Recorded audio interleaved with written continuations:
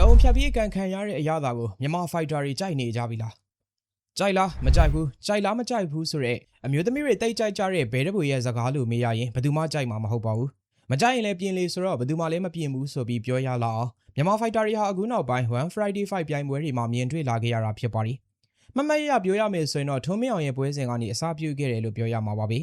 ထုံးမင်းအောင်ဟာမော်ရိုကိုဖိုက်တာဇာဟီဒီကိုဘဲချေမြင့်ကန်ချက်နဲ့အတူနှုံကိုကန်မိခဲ့ပြီးအရှုံးပေးသွားခဲ့ရတာဖြစ်ပါတယ်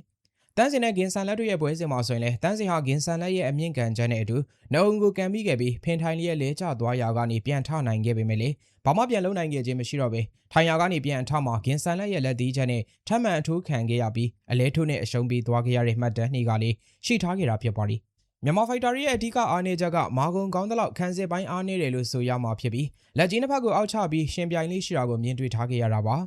ဒါကဖိုက်တာတိုင်းကိုမဆိုလိုပေမဲ့တချို့ဖိုက်တာတွေကအဲ့ဒီအမှုအကျင့်တွေအားနည်းချက်တွေရှိနေခဲ့တာကိုမြင်တွေ့ထားခဲ့ရတာဖြစ်ပြီးဒီအချက်တွေကိုတိတ်ပြီးမပြင်ဆင်နိုင်ကြတာကိုလည်းမြင်တွေ့ထားရတာဖြစ်ပါတယ်ပူပူနွေးနွေးနှုံကြီးကန်ခံရပြီးအလဲထိုးနဲ့အရှုံးပေးခဲ့ရတဲ့နောက်ထပ်မွေးထိုင်းဖိုက်တာတယောက်ကတော့တမ်မနီဆိုလင်းဦးပါပဲ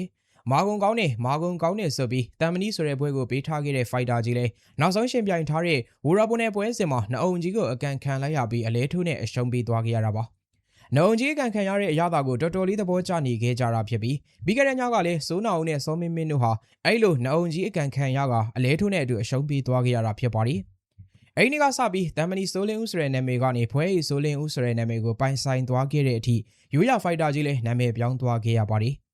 ခေါင်းမှာတန်နေစတီးတွေတတ်ထားတဲ့အများထင်မှတ်နေသလားမသိဘူးဆိုပြီးမေးရလောက်အောင်ပြိုင်ဘက်ဖိုက်တာကဟိုက်ကစ်တွေနဲ့စက်တိုက်ဖိအားပေးနေခဲ့တာကိုခေါင်းလေးခါလိုက်ရှာလေးထုတ်လိုက်နဲ့လက်ကြီးအောက်ချပြီးပြောင်းသလိုနောက်သလိုလှုပ်ပြနေတဲ့အချိန်မှာပဲဂျယ်ရီလာတွေမြင်မှတ်သွားခဲ့ရတာဖြစ်ပါတယ်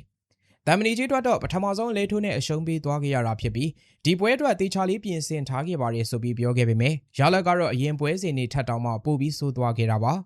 စားဆရာကြီးကိုရိုင်းကနထင်ကြီးကိုအုံငနဲ့အကန်ခံလိုက်ရတဲ့အခါမှာတော့နောက်ကအတူယူထားကြတဲ့လူငယ်ဖိုက်တာတွေကလည်းအုံဆိုပြီးနှုံကြီးကိုဖျက်အကန်ခံလိုက်ရတာကလည်းတိတ်တော့မထူးဆန်းဘူးလို့ဆိုရမှာပါ